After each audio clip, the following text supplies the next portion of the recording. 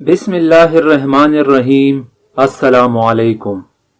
سعودی عرب میں ایک گاؤں ہے جس کا نام لینا ہے، کئی عجائبات پر مشتمل ہے۔ یہاں حضرت سلیمان علیہ السلام کے لشکر کے لیے جنات کے کھودے ہوئے 300 کنویں اب بھی موجود ہے۔ ان میں سے بیشتر اگرچہ ناکارہ ہو چکے ہیں، مگر 20 کنووں سے اب بھی لوگ میٹھا پانی حاصل کرتے ہیں۔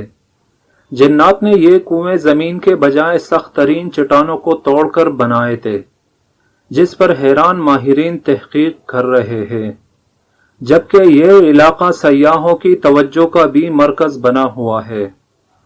سعودی عرب کا یہ تاریخی گاؤں لینا مملکت کے شمالی شہر رفح سے 100 کلومیٹر کے فاصلے پر واقع ہے۔ یہ قدیم علاقہ اسٹریٹجی اہمیت کے ساتھ متعدد آثار قدیمہ کی وجہ سے ملک بھر میں شہرت رکھتا ہے۔ یہاں ایک قدیم قلعہ بھی ہے۔ پرانے زمانے میں بیت المقدس اور یمن کے مابین پیدل سفر کا مشہور راستہ اسی گاؤں سے گزرتا تھا۔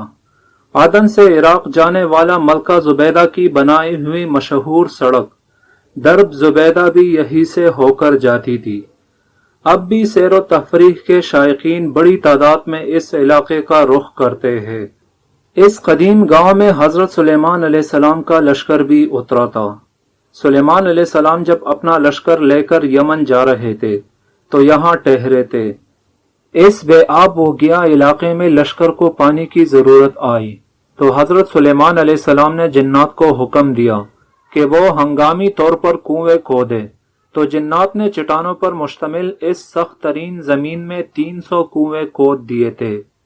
یہ انتہائی گہرے کنویں اب بھی اصلی حالت پر موجود ہے، جنہیں زمین پر اب بھی اپنا وجود رکھنے والا معجزہ قرار دیا جاتا ہے۔ جنات نے چٹانوں کو کاٹنے کے لیے ڈرل مشین کی طرح کوئی آلہ استعمال کیا تھا، جس کے نشانات اب بھی کنووں کے چاروں اطراف واضح طور پر دیکھے جا سکتے ہیں۔ ماہرین اس پر تحقیق کر رہے ہیں کہ جنات نے آخر کس طرح ان سخت ترین چٹانوں کو 60 سے 80 میٹر گہرائی تک کاٹا تھا، اور انہوں نے کون سے آلات کی مدد حاصل کی تھی۔ اگرچہ ان 300 میں سے اس وقت صرف 20 کنویں ہی کارآمد رہ گئے ہیں، تاہم سارے کنووں کے نشانات اب بھی یہاں موجود ہیں۔ ان کنووں کو دیکھنے والا ہر شخص حیرت زدہ ہو کر رہ جاتا ہے۔ تاریخی روایات کے مطابق جب حضرت سلیمان علیہ السلام اپنے لاؤ لشکر سمیت یمن جا رہے تھے تو وہ یہاں دوپہر کے کھانے کے لیے اترے تھے۔ لشکر میں جنات کی فوج بھی شامل تھی۔ جب لوگ پیاسے ہوئے تو حضرت سلیمان علیہ السلام نے جنات کی فوج کے کمانڈر سبتر کی طرف دیکھا تو وہ ہنس رہا تھا۔ سلیمان علیہ السلام نے اس سے ہنسنے کی وجہ پوچھی تو اس نے کہا کہ آپ لوگ پیاس سے تڑپ رہے ہیں، مگر میٹھا پانی آپ کے قدموں کے نیچے ہی ہے۔ حضرت سلیمان علیہ السلام نے سبتر کو پانی نکالنے کا حکم دیا تو تھوڑی دیر میں ہی اس نے اپنے جنات فوج کی مدد سے 300 کنویں کھود دیے، اور سلیمان علیہ السلام کا پورا لشکر سیراب ہو گیا۔ معروف مورخ یاقوت حموی کے دور تک یہ سارے کنویں میٹھے پانی سے لبالب بھرے ہوئے تھے۔ یاقوت حموی نے اپنی مشہور کتاب معجم البلدان میں لکھا ہے کہ لینا عراق کے شہر واسطہ سے مکہ مکرمہ جاتے ہوئے 7ویں منزل پر آتا ہے۔ یہ علاقہ اپنے میٹھے پانی کے کنووں کی وجہ سے شہرت رکھتا ہے۔ ان کنووں کی وجہ سے یہ علاقہ بعد میں ایک تجارتی مرکز بن گیا تھا، جہاں عراق اور عرب کے تاجر منڈیاں لگاتے۔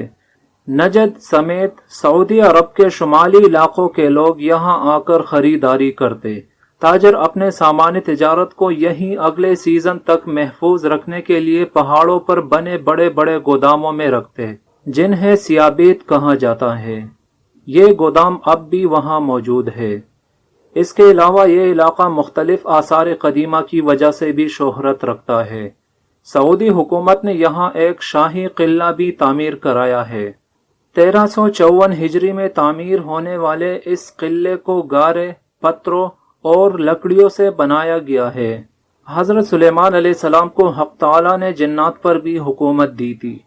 جنات نے ان کے حکم سے بیت المقدس کی تعمیر میں حصہ لیا تھا۔ وہ دور دراز سے پتھر اور سمندر سے موتیاں نکال کر لاتے تھے۔